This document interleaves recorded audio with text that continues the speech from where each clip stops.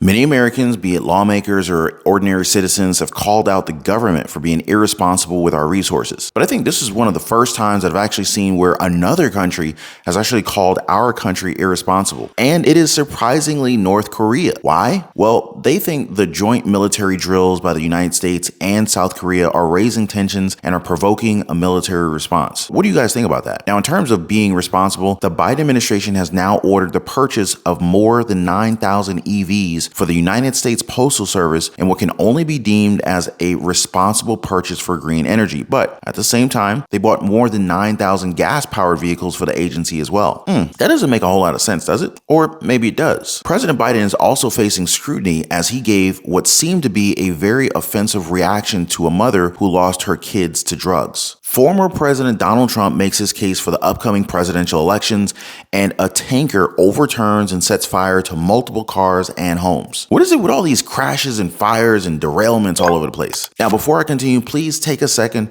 smash the like button for the video. I really appreciate the love, you guys, the love and the support. And if you're in need of your daily dose of the truth when it comes to Social Security, the state of our economy, global happenings, what's going on in the stock market, the housing market, and what's truly happening in Washington, D.C. that affects our lives, our families, and our bank accounts, make sure to hit the subscribe button. And for the best way to invest in gold, definitely hit the link in the description down below of this video. One of the smartest way to protect your assets, guys. Now, former President Donald Trump continues to lead polls when it comes to who's representing the Republican Party come 2024. And in a speech that he made at the CPAC 2023 in DC, he made sure to make his pitch to voters by criticizing both the current administration and even some in his own party.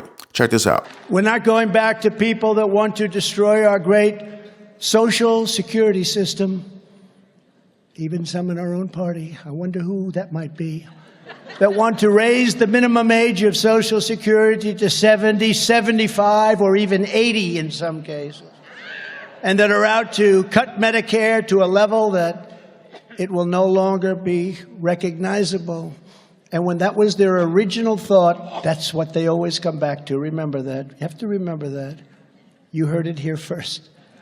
We are never going back to a party that wants to give unlimited money to fight foreign wars that are endless wars, that are stupid wars.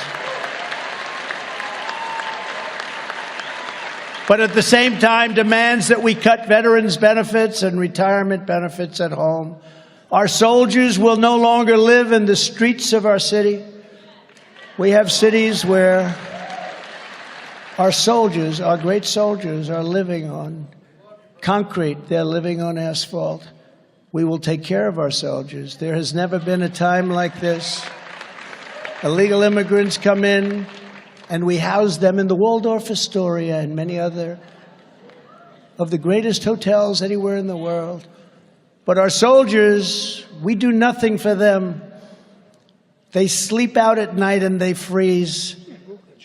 They freeze in the cold and they die in the heat. While people that came into our country illegally are in beautiful hotel suites, perhaps watching us on television right now. We were taking care of our soldiers just a short while ago. But we don't do that anymore. But we'll start doing it again. Our soldiers are very special to us.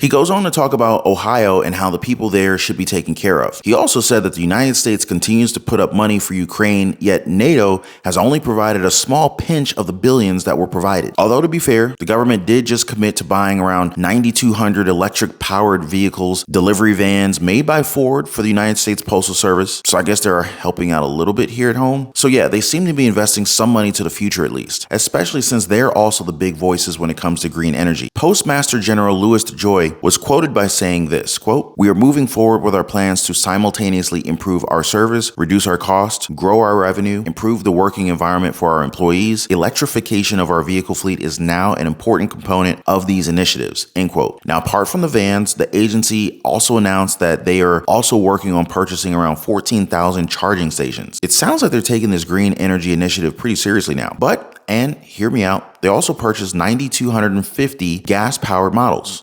Wait, what? So it's like that one song. What was it? One step forward, two steps back, slide to the left, slide to the right. Anyway, it's obviously a very questionable set of decisions, but if we're talking about questionable reactions, I think the president can provide one. Watch this video of the president talking about Representative Marjorie Taylor Greene, and I want you guys to not just focus on what the president said, but listen to the crowd's reactions as well. Isn't she amazing? Ooh.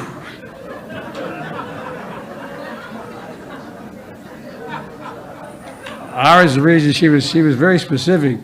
I shouldn't digress probably. I've read.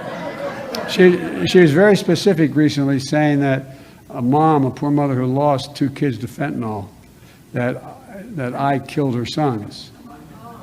Well, the interesting thing is that fentanyl they took came during the last administration. Now, Biden isn't wrong. The woman in question, Rebecca Kessling, did lose her sons in 2020, before Biden even took office as president. Although she also says that since 2021, fentanyl deaths have gone up dramatically. The president is getting criticized for basically saying, hey, those deaths were under the previous administration. That wasn't my fault. Don't look at me. But how do you feel about the president's response to this? And what do you guys think of his statement from North Korea, basically telling the United States to be responsible when it comes to international arms control? This comes after their country called on the United Nations to demand the immediate halt of combined military drills by the United States and South Korea, saying that this is irresponsibly raising the level of confrontation. End quote. Kim Sung-young, North Korea's vice foreign minister of international organizations, said, quote, "It is regrettable that the United Nations has been consistently silent on these exercises, which have a clear aggressive nature." End quote. But South Korea and the United States are saying that these exercises are mostly for self-defense and are necessary as the threat of ballistic missiles and nuclear weapons from North Korea continues to grow. So wait, we have a problem in Ukraine, another problem in Taiwan, and now we're also thinking about tension in South Korea? I mean, aren't we spreading ourselves just a little bit thin here? On that note, we got a lot of problems here at home too. I mean, just look at your local Walmart or Target. Check the price of eggs. It's like gold now. And if it wasn't obvious enough, more households are swiping their credit cards and living paycheck to paycheck. The worries of the working American continue to pile on, and it's only bound to get worse. And did you notice that more accidents have been happening around us these days? I'm not talking about minor fender benders here and there. These are some really tragic accidents. Now, this one happened on Maryland Highway and it involved a fuel tanker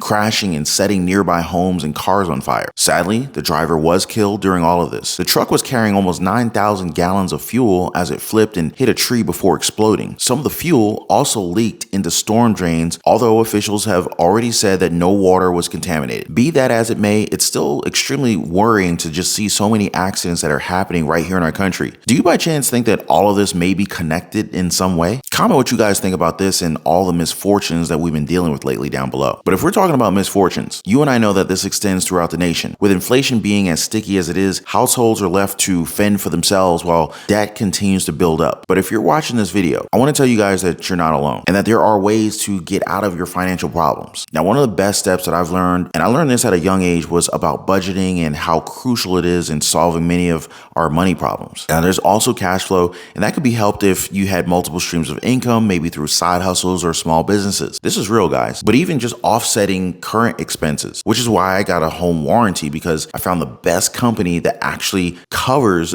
problems that we've been having. So make sure to get your free home warranty quote. There is a link in the description down below. It only takes like 15 seconds. Probably one of the best choices that we've made in the last 2 years. But if you want to learn more about side hustles, small businesses, investments in the stock market, real estate, feel free to join us over in the Patreon community. That's where we talk about that. There's a link for that in the description down below this video. But before I go, don't forget to drop a thumbs up for the video. Also subscribe for your daily dose of the truth. Appreciate you guys watching. Please be kind to one another, and I'll see you on the next one.